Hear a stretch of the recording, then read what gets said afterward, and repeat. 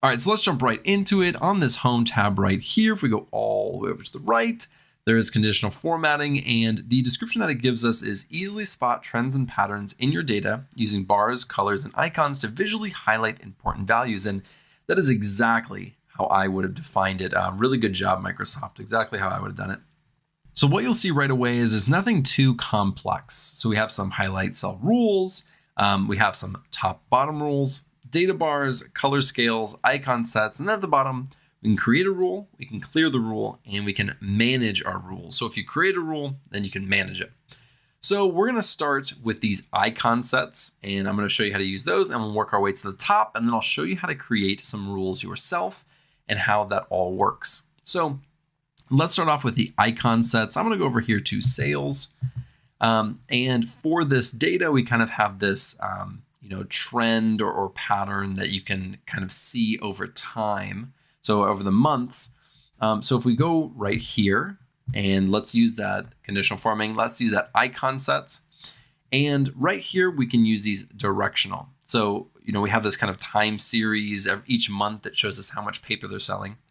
And if we do this right here, it's going to show us if it's kind of average, or if it's below average, or if it's above average, or if it's going up.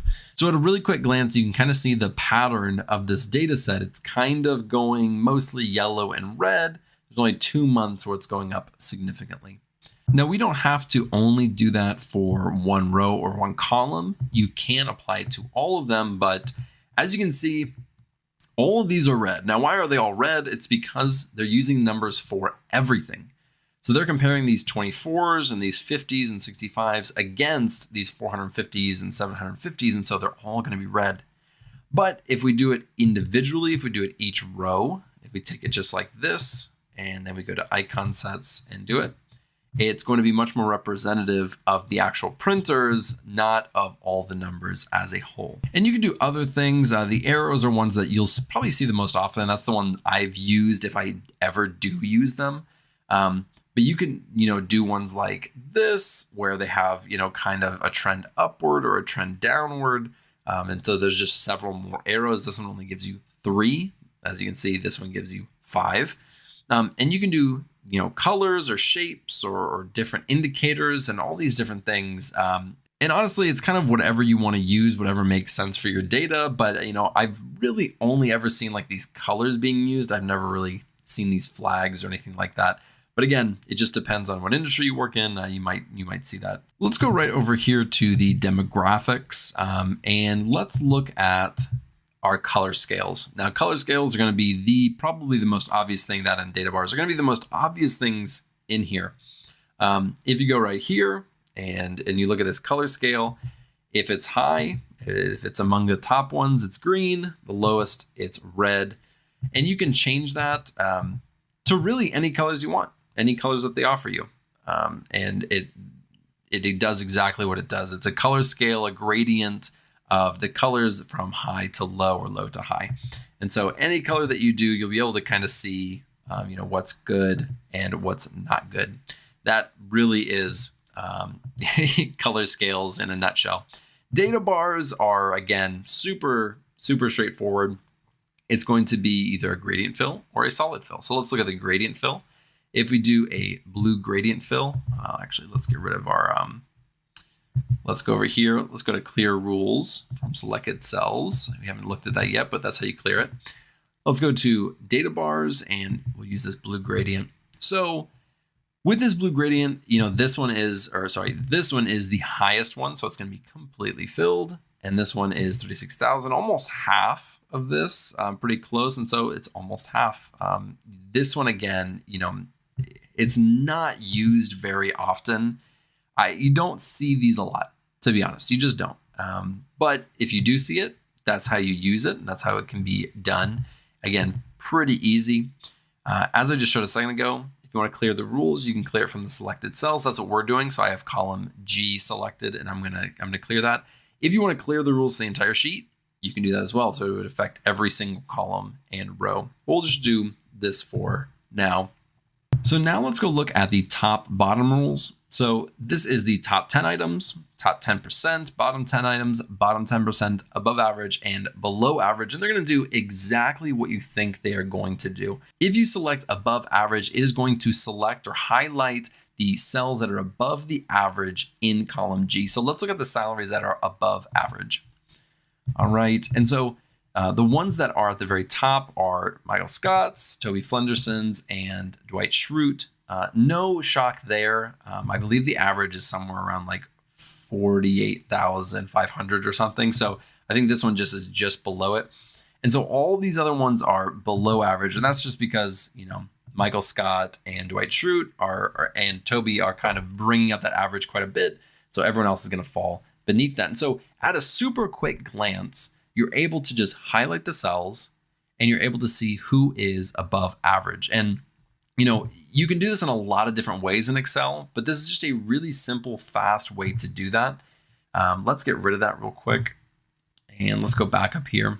And now we can, let's go to top bottom rules. And now we can see the below average, and it's going to highlight all the other ones. And so it works exactly how you think it is going to work. And this is the default way that it highlights these cells. So it highlights them this kind of see-through red, and then it highlights the actual text or the characters in there red as well. Now, I'm not going to go through and show you every single one of these top bottom rules. I think they're pretty self-explanatory. I just kind of wanted to show you what happens when you do use one of them. It's going to highlight that cell. So let's go up here to the highlight cells rules. And honestly, these are the ones that I use by far the most. All these other ones combined, I do not use more than this highlight cells rules. And the one in here that I use more than any other conditional formatting rule is this duplicate values. So I'll start with that really quick, and I'll kind of show you a few of these other ones. But this duplicate values, to me, is one of the most useful ones. And so let's kind of show you how that works. If you go to the start date, you can see that we have a duplicate value right here. And if we go over here to conditional formatting, highlight cells rules, and duplicate values, it is going to highlight the duplicate, and that says duplicate right here. Now we can go through here and click on unique, and then it would highlight all the ones that are not duplicates. So you can use it, kind of in a similar inverse way. It's just different, but I use the duplicate almost always. Another thing that you can do is go over here and you can change the color, or you can even do a custom, which I almost never do that. It's not something I spend a lot of time doing. I typically just stick with this one. So you can do that, and it's going to highlight, something that has a duplicate value in there. Now, why do I use this so much? Well, I work with a lot of different types of data sets, but one thing that you'll find in almost all of them is they have some type of ID, and they're going to have some type of personal information, whether that's a social security number or an address or, or a cell phone number or something like that.